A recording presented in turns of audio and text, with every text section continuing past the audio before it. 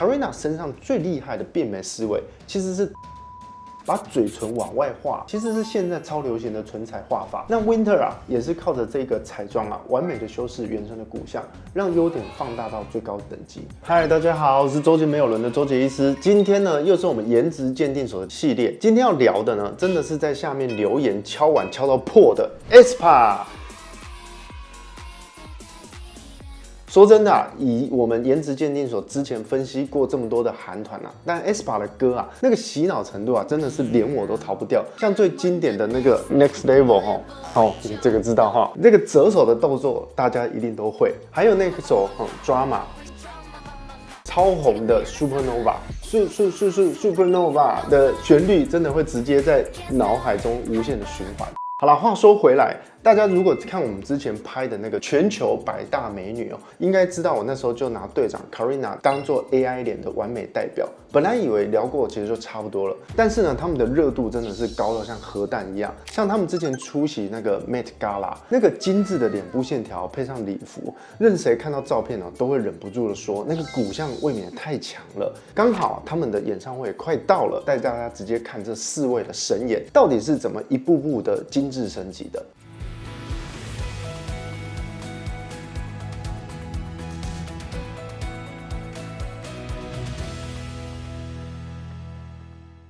第一位当然是我们来看队长 Karina。那其实呢，她原生的底子就非常的好。不过啊，就网络上大家最心痒痒的，就是她怎么从以前两颊有肉的这个脸蛋，变到现在扯到不行的这个极致小 V 脸。最主要的原因呢，一部分就是长大之后，我们的婴儿肥其实会消掉，所以一般人的脸上的肉消掉以后，就很容易变成垮或者是凹陷。但你看一下 Karina 现在的侧脸线条干净跟流畅，就可能是透过电音波来帮忙。当脸颊肉完全收紧的时候，这种我们说的肉贴骨、皮贴肉的这个状态达到之后呢，原本圆钝的钝感就会完美的转化成一种高冷、带点未来感的顶级骨相。那之前很像的就是我们分析过的 IU 也是小时候就有婴儿肥，皮相美女，可是长大了以后，这个婴儿肥退去，她们脸庞会慢慢变得更精致，变得更好看。再来就是网络上讨论那个很热烈的眼睛。它其实原生的眼睛是内双，只是早期的脂肪比较厚，所以它的眼睛是泡泡眼，一睁开啊，眼皮的褶子就会被吃掉。它现在眼睛电力大提升，也许有做过一些眼周的电波，或者是去改善它的泡泡眼，让皮肤变紧。如此一来啊，原来藏起来的双眼皮折痕自然就可以露出来了。除了眼睛的变化让它的眼神看起来不一样的原因，也要提一下他们妆容的改变。刚出道 Black Mamba 的时期啊，它是全包式的眼线，有角度的眉形，看起来有点那个蛇系女的攻击性。但是到后期啊，他们又改成这个清透的妆容，自然的这个眉流，配上无辜感的卧蚕，弱化了原本高冷的锐利感。难怪很多的粉丝觉得他从这个蛇相变成更温柔的这个狗狗相。另外一点被大家讨论最多的就是他的焦点是鼻子。其实你看他以前的照片，高鼻骨的基础本来就很好了，3根跟鼻头很有存在感，完全不是凭空拔地而起的那种感觉。只是以前的鼻翼两侧稍微变得比较有肉，普遍推测他在自己的优越的骨相基础之上，有透过医美在3根跟鼻头上做进一步的精致强化，让整个 T 字部位瞬间立体起来，鼻尖正面非常精准的那个海鸥线，侧面带有一个完美的微翘感，再搭配上彩妆的加成是一个非常精致的小翘鼻，也难怪常常被我们的整形拿下来当模板，拿来当教科书。接着看到嘴唇，嘴唇其实是标准的 M 型唇，上下唇的比例1:1.5，唇峰非常立体。很多人常在研究 Karina 这种漂亮的唇型到底要怎么拥有。其实现在很多的女生会以微量玻尿酸的丰唇加上唇彩，其实就可以拥有差不多的效果。然后呢，如果我们仔细研究，就会发现 Karina 身上最厉害的变美思维，其实是懂得克制。她其实还有一点点微微的嘴凸跟下巴后缩的原生状况。很多人遇到这个问题可能第一反应就是要把下巴填得又高又长又尖。但是 Karina 的审美非常的高级，她保留了自己下巴偏短的原生特质，没有用填充物去硬把它拉出来，而是让下巴维持小巧，只带出一些微微漂亮的弧度，刚好呢可以跟微翘的鼻头形成辉映，反而成为它独一无二的辨识感来源。最后一个是大家很少注意到的一个细节，那也就是它的发际线。它以前有一些照片，你会发现它额头两侧的发际线其实稍微的偏空，但是你看它现在那个发际线的边缘变成近乎完美的紧致跟整齐。这其实在现在台湾也很多的女生偷偷在做的发际线的微调，不管是透过半永久的纹发，或者是微创的直发，哪怕只是往下往内推个几 的小调整，整个面部的包头感或者是年轻度，其实就会完全不一样。这种在细节上的精致调控才是真正高级又聪明的微调美学。看完Carina 的精准微调，接下来我们看 Giselle 的变化，也就是面部管理非常经典的参考范本。她早期的长相属于非常有亲和力的邻家女孩，除了脸上的脂肪以外咀嚼肌也比较明显。但是你看她现在的轮廓，直接从方圆脸变成极为标准的 V 脸。这个当然有透过电音波还有肉毒慢慢去改善，少不了的也就是减重，让原本包覆轮廓的肉就消失了，然后还往上提拉。不过光是把两侧肉消掉，其实还不够。为了要让下颚线的线条衔接的够顺畅，他可能在下巴也做了一点微调。接下来讲到眼睛Giselle 以前是比较内双，眼皮比较抛，那后来双眼皮折痕变得比较宽，更清晰，也许有微调了双眼皮，把原本偏窄的内双皱褶稍稍的往上提宽了一点。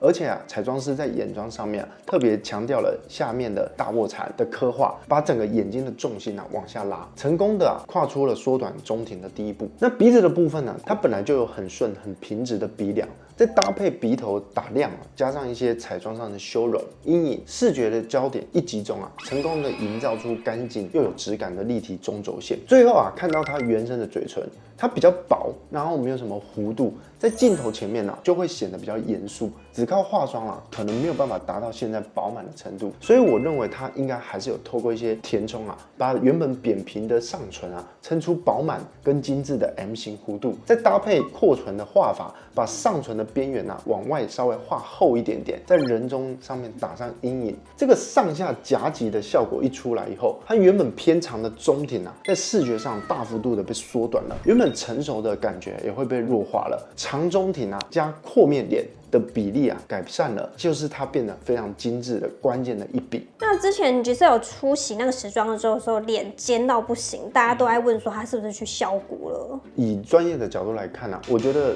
应该还不算是削骨。第一个关键的理由就是削骨手术的恢复期其实很长少说要好几个月才能完全消肿。身为行程满档的这些顶流的女团，通常很难有这种闭关开刀的时间，加上长期在 K-pop 偶像高压的环境，Giselle已经在直播里面都已经说自己在7年里面瘦了将近10公斤，然后还透露出她其实有 ADHD 加上这个药物的影响，让她常常感受不到饥饿，甚至忘了吃饭。所以我觉得她那个忽然变很 V， 其实是突然变得很瘦。当减重过度加上活动当天特定的角度光线，还有妆容画法，都有可能让这种极致的骨感的效果会出现我觉得应该是这样。接下来我们要进到第3位成员 Winter 的美貌进化，在医美界的讨论度也非常高。如果我们去对比她以前的底子基本上她都保留了非常优越的原生优势我们首先看她的脸型轮廓，其实也不用多说，现在的女团轮廓几乎没有任何一个人不顺畅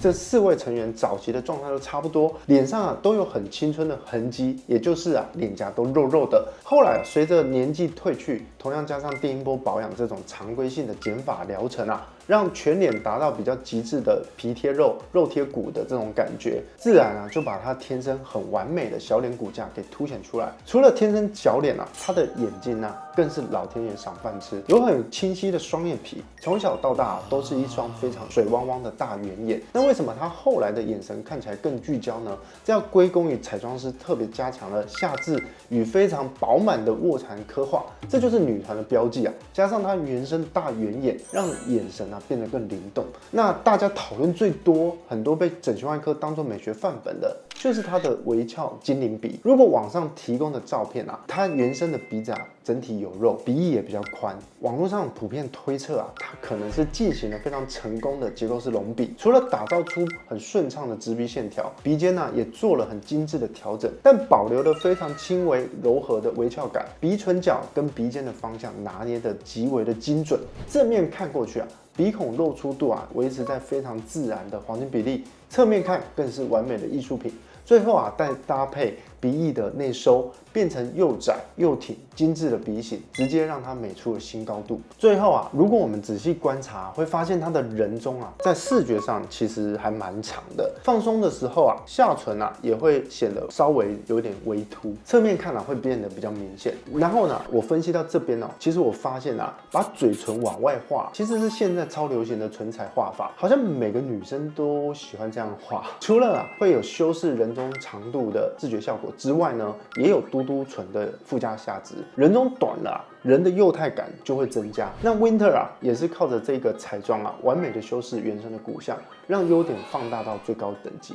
就是它啊一直能够维持精灵少女感的终极秘密。看完前面几位成员哦，最后我们来聊聊团里面的中国成员宁宁。网络上啊，很多人说宁宁的变化就是一个大逆袭，风格啊完全改变。她的骨架啊，在4个人里面其实是稍微大一点的。从专业的角度来交叉对比啊，它的核心的变美思路啊，完全是绕着这个体重控制，还有极致的面部组织的减法来做。早期啊，它之所以会有一点点钝感啊，很明显是当时的脸型其实很圆，然后肉肉的。那它现在呢，之所以能够蜕变成非常有气场的精致小脸，除了呢基本的减重之外，在一些照片上来看啊，也是有可能在这个中下脸这边啊做了口内取脂，也就是这个指甲垫啊把它拿掉。或者是啊，施打消脂针啊等等的去微整，把中下脸最顽固的脂肪量减到最少，再搭配啊常规的肉毒，法令纹也许有填充，让脸部的平整度啊变得更好。那当然也要有定期的电音波拉提。讲到这边啊，是不是大家觉得怎么每个人都会讲电音波拉皮？没错，之前啊我们也有提到，韩国其实医美哲学就是把电音波当成3到6个月的皮肤保养在打，全民都在做，所以能够维持这种极致的状态，也就是非常合理的。所以呢，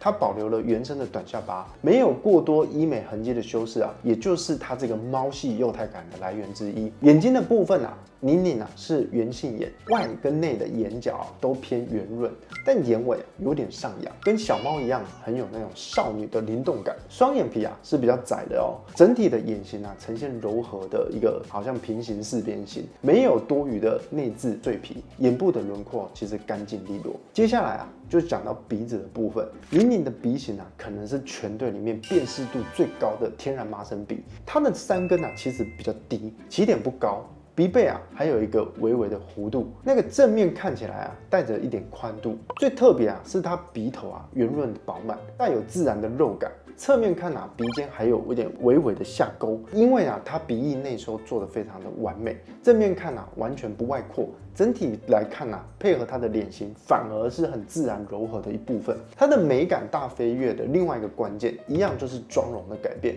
因为宁宁原生的眉眼间距其实是偏窄，如果在眼上啊堆叠太多的色彩，视觉上反而会变得比较生硬。我发现刚出道的时候，4位的妆容其实都比较锐利，妆容转变之后，变成顺应它眉骨弧度的浅色精致的细眉，眼妆上面就也大幅度的简化，把视觉的重心啊完美的转移到漂亮的双眼上面。这种靠着极致的减脂啊，搭配精致的妆容啊，收紧下颚线的思路，不仅是保留它极高个人的辨识度，更是所有肉肉脸的这个女孩啊完美的变美的参考。看完 aespa 这4位成员的蜕变啊，身为整形外科医师的我其实感触蛮深的，因为在整间里面呢，我真的看过太多的女孩子拿着某个明星的照片，恨不得把自己的五官一模一样的复制到自己的脸上。但是你看 aespa 为什么能够依旧美的这么有质感，就是因为他们懂得在细节上面做减法、包容，甚至大胆的保留自己的一些不完美。无论是 Karina